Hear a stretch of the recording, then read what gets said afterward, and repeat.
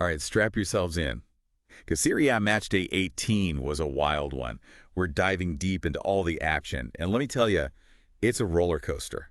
Yeah, it really was. We're talking shock results, tactical masterclasses, and a title race tighter than, well, a pair of skinny jeans after a holiday feast. Oh, absolutely. And the thing is, we're not even halfway through the season yet. Exactly. That's what makes it so exciting. We got a match report loaded with analysis and those all-important standings, so let's break it all down, shall we? Sounds good. You know, one thing that really caught my eye was Atalanta's incredible winning streak coming to an end. Oh, yeah. 11 wins in a row. That's a serious run. And it all came crashing down against Lazio. Now, hold on a second before you write Atalanta off. It wasn't a total collapse. They still managed to draw. True. What Lazio did was, honestly, a tactical masterclass. They shut down Atalanta's high press, which is not an easy thing to do. So for those of us who maybe haven't studied every formation under the sun, break it down. What exactly is this high press, and why is it such a big deal for Atalanta? Okay, picture this. A swarm of angry bees just buzzing around the opponent's goal, forcing them to make mistakes. That's the high press in a nutshell. Atalanta uses it to disrupt their rhythm, win the ball back quickly, and then bam, launch these lightning-fast attacks. Gotcha. So it's all about controlled chaos. Exactly, and it's been incredibly effective for them all season long. So how did Lazio manage to swat those bees away? Did they, like, have some special bee repellent or something? They didn't have a spray bottle, but they did have a really smart plan. They formed a deep defensive block, basically, a wall that Atalanta couldn't break through. Makes sense. Plus, they closed down passing lanes, forcing Atalanta to play those long balls, which, let's be honest, isn't really their forte. So Atalanta's bees got stuck in the hive. You could say that, but you got to give them credit. They still salvaged a draw that shows resilience, you know? Lazio threw them a curveball, and instead of panicking, they adapted. They started playing more patiently, trying to draw Lazio out. It didn't get them the win, but it proved they're not just a one-trick pony. All right, I love that. So we've got Atalanta showing they can adjust, but speaking of tactical surprises, did you catch Inter Milan's performance against Cagliari? Oh, Inter. That was classic Simone Inzaghi. Their 3-5-2 formation was a thing of beauty. Okay, I gotta ask, how did this thing of beauty actually translate into goals? Help me connect the dots. It all starts with their midfield trio, Barella, Çalhanoğlu, and Mkhitaryan. They absolutely dominated the center of the park, especially Barella. He was everywhere, breaking up Cagliari's attacks, dictating the tempo, even grabbing 2 assists. So the Barella was basically the conductor of the orchestra and the lead violinist all at the same time. You got it. And don't forget, the wingbacks, Dumfries and Perisic, constantly pushing up and down the flanks, stretching the play, causing havoc in that Cagliari defense. Sounds like a well-oiled machine, every part working perfectly in sync. It was. And the final score, a resounding 3-0 victory for Inter. Talk about a statement win, a clear message to the rest of the league. We're coming for that title. Wow. All right, so we've got Atalanta adapting, Inter making a power move. Who else brought the drama on match day 18? Well, if you're talking drama, you can't forget Napoli's nail-biter against Venezia. Oh, yeah. Remember Raspadori? Came off the bench and snatched a late winner. Clutch doesn't even begin to describe it. Man, I bet the tension in that stadium was off the charts. Venezia must have thought they had a point in the bag. Absolutely. But you gotta hand it to Napoli. They kept chipping away at that defense, probing for any sign of weakness. They never gave up, and it paid off. Persistence, eh? And Raspadori. He's got a knack for those crucial goals, doesn't he? He really does, which is huge for Napoli. They've got Osimhen waiting in the wings, too, so their attacking options are pretty scary. So it's more than just pretty passing for Napoli. They know how to break down opponents mentally as well as physically. Absolutely. And that win keeps them right there in the title race. Actually, speaking of which, have you seen the updated standings? It's getting ridiculously close at the top. Okay, let me have a look. Oh, wait a minute, you're right. Atalanta, Napoli, and Inter, all separated by a single point. That's insane. It is, isn't it? It's anyone's game at this point. It really is a 3-horse race for the Scudetto. It is. And what makes it even more interesting, I think, is that each of these teams has such a distinct style of play. Oh, yeah, for sure. It's like watching, I don't know, like 3 martial arts masters, each with their own unique fighting style, going head to head. Okay, I like that. Yeah. So who do you think has the edge in this this tactical battle royale? That's the million-dollar question, right? It is. If you look at the head-to-head matchups so far this season, it's pretty even. Atalanta beat Inter earlier in the season, but then Inter just destroyed Cagliari, who held Napoli to a draw. It's like trying to predict which ingredients will make the tastiest pizza. Uh, You know, you need that perfect combo of dough, sauce, toppings. It's all about balance. exactly. And just like a pizza, a successful football team needs that blend of ingredients. Tactical flexibility, moments of brilliance, mental strength, and, a little bit of luck never hurts. Speaking of brilliance, can't overlook some of the standout performances from Matchday 18. Oh, We absolutely. talked about Barella's masterclass in midfield for Inter, but what about Raspadori's game winner for Napoli? Talk about ice in his veins coming off the bench and scoring like that. Raspadori is the definition of a super sub. He He is. just seems to thrive in those high pressure moments. And that ability to change the game in an instant, that's invaluable for Napoli. Plus, they've got Osimhen waiting to come back, so their attacking options are, well, terrifying. It's almost unfair to other teams. Okay, and let's not forget Dybala's stunner for Roma against Milan. Oh, yeah, that goal.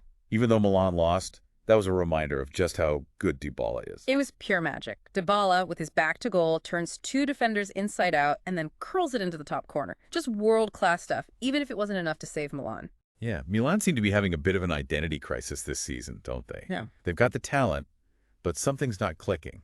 Yeah, it's a bit of a head-scratcher, isn't it?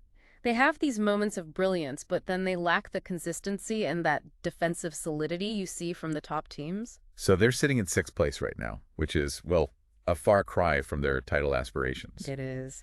What do you think is holding them back? Is it tactical? Is it a leadership thing? Or maybe they just don't have the right players? It's probably a combination of things, to be honest. Tactically, they seem to struggle against teams that press high and disrupt their build-up play. Makes sense. They also don't seem to have that true leader on the pitch, someone who can inspire and rally the troops when the going gets tough. And while they have some very talented individuals, they maybe lack the depth and balance of the top teams. So it sounds like Milan has some work to do if they want to be serious contenders. But enough about the struggling giants. Let's talk about the other teams fighting for those European spots. Lazio and Juventus are still very much in the mix. They are. Lazio, they're quietly climbing the table, aren't they? They're like the silent assassin of Serie A. Yeah, exactly. Their improved defensive organization has been key for them. Right. They may not be as flashy as some of the other teams, but they're efficient and very tough to break down. And then you've got Juventus, the perennial powerhouse. They seem to be finding their form after a less than stellar start to the season. Slowly but surely, yeah. They still have some defensive issues to sort out, but their attack, led by the ageless Cristiano Ronaldo, is still as potent as ever. Absolutely. And can't forget about that relegation battle brewing at the bottom of the table. Every point matters for those teams. It does. The pressure must be immense. The relegation battle is often overlooked, but it's just as dramatic and unpredictable as the title race. Teams like Lecce, Cagliari, Empoli, they're fighting tooth and nail for survival. It's a good reminder that every team in Serie A has something to play for, whether it's the title or simply staying in the league. That's right. And with the January transfer window just around the corner, things are about to get even more interesting. Oh yeah, the transfer window. Time for teams to make some moves. It's like a chess match, really, with clubs trying to outmaneuver each other and make those crucial signings. So let's put on our fantasy football manager hats for a second. If you were in charge of a Serie A team, which player would be at the top of your wish list? That is a tough one. Let me think. I'd say Drum roll, please. Nicolo Zaniolo. He's a young, dynamic midfielder, incredible potential, pace, power, an eye for goal. He'd be a perfect fit for any team looking to inject some creativity and attacking flair. Interesting choice. Yeah. Yeah, he's definitely one to watch.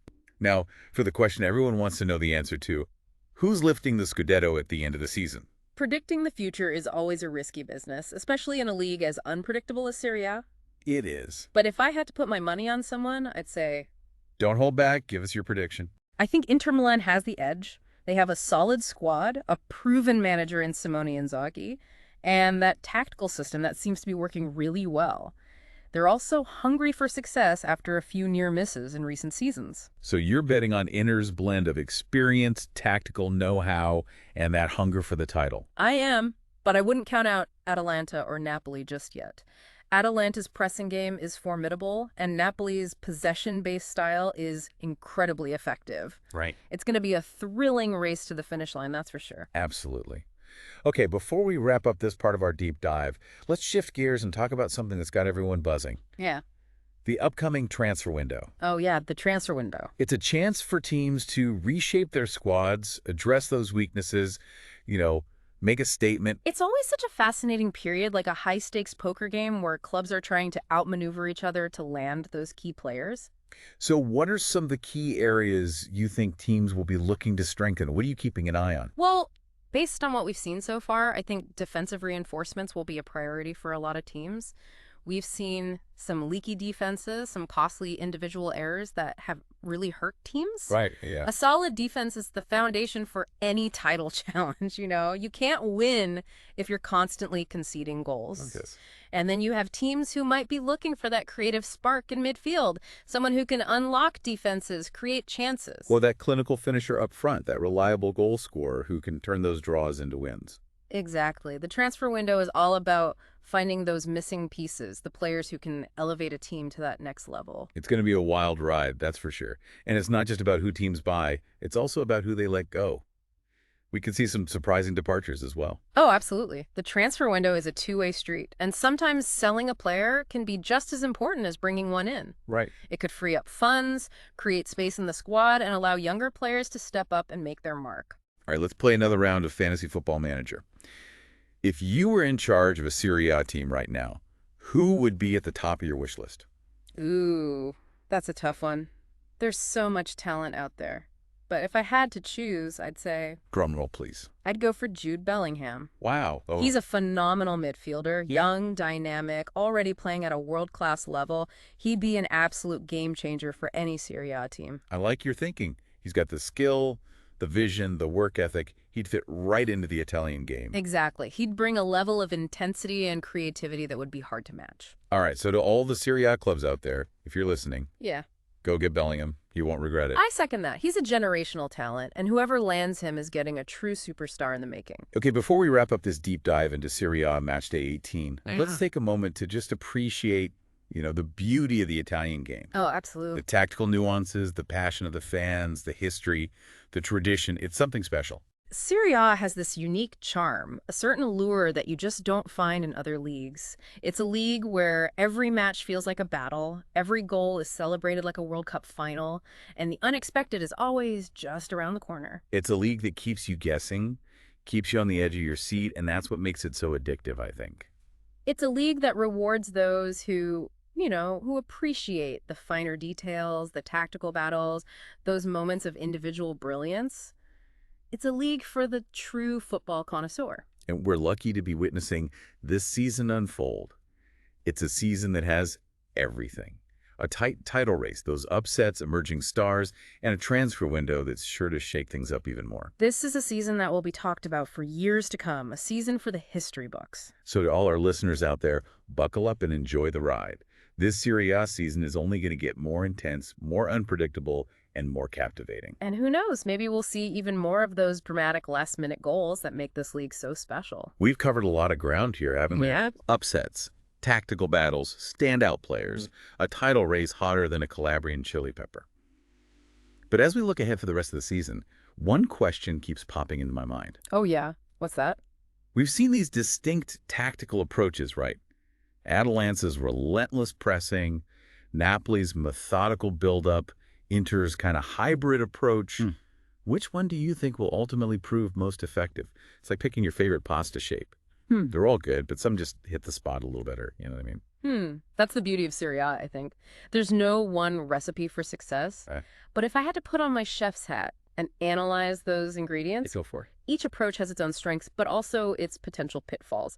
Let's take Atalanta, for example. That high-pressing game, it's like a shot of espresso. It can energize the team and completely overwhelm opponents. Right. But it demands a lot of stamina, and if they don't win the ball back quickly, it leaves them open to counterattacks. So they got to stay disciplined and avoid burning out, especially as the season goes on. High risk, high rewarding. Okay, so what about Napoli then? Their possession-based style. That seems like it would conserve more energy, wouldn't it? It does. Their game is more like sipping a fine wine. It's about patience, control, waiting for that perfect opportunity to strike. Okay, I like that. Those passing sequences can be hypnotic, but they need to be more clinical in front of goal. They create chances, but sometimes lack that killer instinct in the final third. Got to make sure that vintage doesn't turn sour. Exactly. Now, Inter, they seem to have found a bit of a balance between those two approaches. They do. It's more like, I don't know, a perfectly crafted Neapolitan pizza, a little bit of everything. They can be patient in possession, but they've also got the firepower to launch those quick, devastating attacks. Those are they the team to beat? Their adaptability definitely makes them a tough opponent. It's tempting to put all my chips on Inter, but Atalanta's mental strength and Napoli's tactical mastery, you can't write them off. And don't forget, the January transfer window could throw a wrench in everything. A couple of key signings could change the whole landscape. Oh, yeah, good point. So much can happen between now and the end of the season. Exactly. It's going to be a wild ride, that's for sure. Well, this deep dive has definitely given me a whole new appreciation for the tactical side of Serie A, the drama that unfolds week after week. It's a fascinating league, that's for sure. It's not just about the goals and the results. It's a battle of wits, a chess match played at 100 miles an hour. And we're all along for the ride. Exactly. So to all our listeners out there, keep your eyes on the ball, analyze those formations, and most importantly, enjoy the spettacolo. Who knows, maybe your team will be lifting that trophy at the end of it all. Until next time, keep diving deep into the beautiful game.